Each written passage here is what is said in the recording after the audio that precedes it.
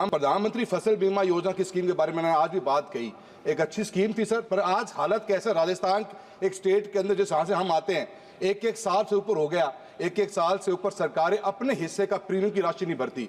Sir 2% की राशि किसान ने भर दी, अपना प्रीमियम भर दिया सर, पर आज स्टेट गवर्नमेंट 2023-24 की रबी की राशि को आज भरने में सक्षम नहीं है, एक साल से पेंडिंग पड़ा हुआ है। गाइडलाइंस क्या कहती हैं सर कि अगर आपको बीमा का टाइम पे क्लेम नहीं डिसबर्स होगा तो बीमा कंपनी या स्टेट गवर्नमेंट इंटरेस्ट का पेमेंट के साथ में क्लेम देंगे आपको। सर आज तक इंटरेस्ट तो छोड़िए सर, मूल रकम भी नहीं मिल रही, 2023 खरीफ की पेमेंट नहीं मिल रही, किसान सर धरने पे बैठने को मजबूर है। वैसे ही किसान सर दिल्ली के पास बॉर्डर पे बैठे हुए हैं और राजस्थान का किसान जहाँ ठंड सर टेम्परेचर 3 से 4 डिग्री पहुंचने वाला है, लोगों को मजबूरी के अंदर बैठने की बात हो रही है। एमएसपी को बाजरे में शामिल किया, मिलेट ईयर के नाम पे बातें चली सर, आज तक राजस्थान की सरकार ने एक दाना भी बाजरे का परचेज नहीं किया। औने पौने भाव में सर 400 रुपए क्विंटल का गैप के ऊपर मार्केट में किसान को बेचना पड़ा बाजरा।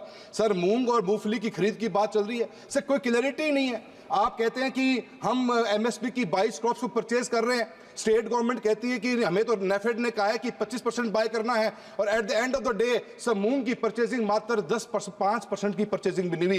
पोर्टल खुले सर, ग्राउंडनट मूंगफली जो हम आज की तारीख में तिलहन पे डिपेंड करते विदेशों से मंगाते हैं, सर आज की तारीख में बीकानेर के अंदर, डूंगरगढ़ में, चूरू में, सरदार शहर में सर किसान इस सर्दी के अंदर 3-3 रात वेट करता है, तब जाके नंबर आता है। सर करप्शन तो रैंपेट को रोकने वाला नजर नहीं आता। सर मेरा आपको कहना है सर गवर्नमेंट की अनेकों स्कीमें लॉन्च हुई, एफपीओ सर 10,000 एफपीओ को बनाने की बात करी, क्या एक्टिविटी है सर एफपीओ के अंदर?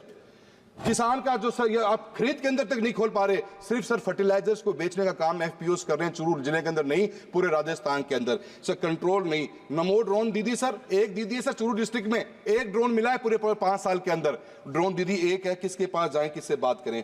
सर किसानों का धरने का इशू हमेशा चलता है क्योंकि स्कीम्स की एग्जीक्यूशन, उनकी इंप्लीमेंटेशन में इतनी फ्लॉज है कि उनको एड्रेस करने के लिए सरकार का ध्यान जाता ही नहीं। मैं आपसे भी उम्मीद ही करूंगा, और मंत्री महोदय बैठी हुए हैं, उनसे भी यही कहना चाहूंगा कि आपको इन चीजों के ऊपर थोड़ा फोकस करके, किसान की हालत बहुत खराब है इस ठंड के मौसम के अंदर। हम बिजली की बात करें, आपने आरडीएसएस की स्कीम लॉन्च करी, रिवाइज डिस्ट्रीब्यूशन सेक्टर स्कीम, आज चूरू के अंदर 300 करोड़ पे, राजस्थान को 11,000 करोड़ मिले, पर सर क्या हुआ?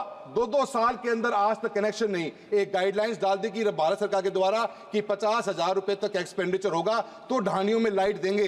सर 11 साल के बाद में भी चूरू जिले अकेले के अंदर 48,000 ढानियों को आज भी रोशनी की जरूरत है। और सर ये 50,000 का क्लॉज, मैं सर राजस्थान से आता हूं, हमारा एरिया बहुत बड़ा है, 50,000 के क्लॉज के अंदर हम ढानियों में कनेक्शन देने में कभी भी कामयाब नहीं हो पाएंगे। मैं मंत्री महोदय रिक्वेस्ट करूंगा कि इस क्लॉज को हटाकर 1 लाख रुपए की क्लॉज को डाले प्रति व्यक्ति के ऊपर, ताकि हम उनको ऊपर लोगों को कनेक्शन दे सकें। और साथ ही साथ के अंदर मैं ग्रामीण विकास के बारे में बात करनी चाहूंगा। इस बार स्कीम के अंदर लॉन्च किया गया कि 19,000 करोड़ रुपए प्रधानमंत्री ग्रामीण सड़क योजना में दिए जाएंगे।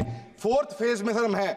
सर 2nd और 3rd फेज में क्या था कि हम रोड को वाइडन कर रहे थे, स्ट्रेंथन कर रहे थे, अचानक से सर 4th फेज आता है कि हम 250 की आबादी के गांव, गांवों को जोड़ने की बात करेंगे।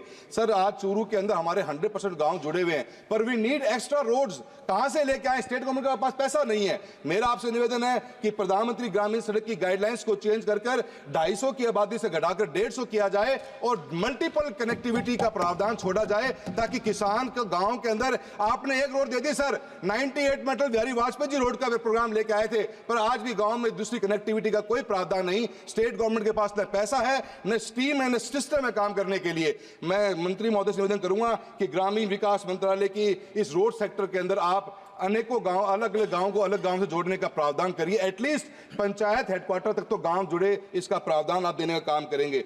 रोड ट्रांसपोर्ट डिपार्टमेंट के अंदर 35 सर विदिन अ मिनट मैं सीआरएफ की बात करूंगा। सीआरएफ के रोड मेंटेनेंस के लिए 2150 करोड़ रुपए का प्रावधान रखा गया है।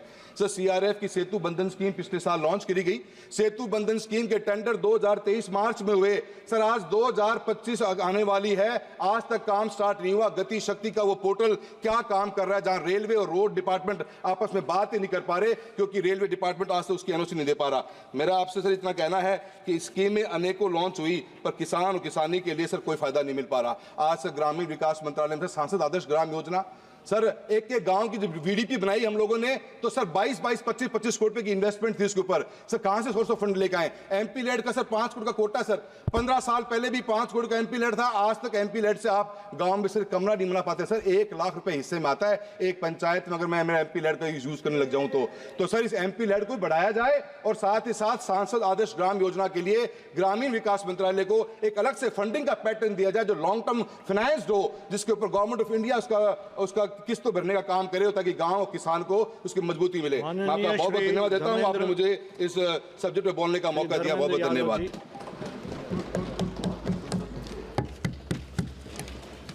धन्यवाद।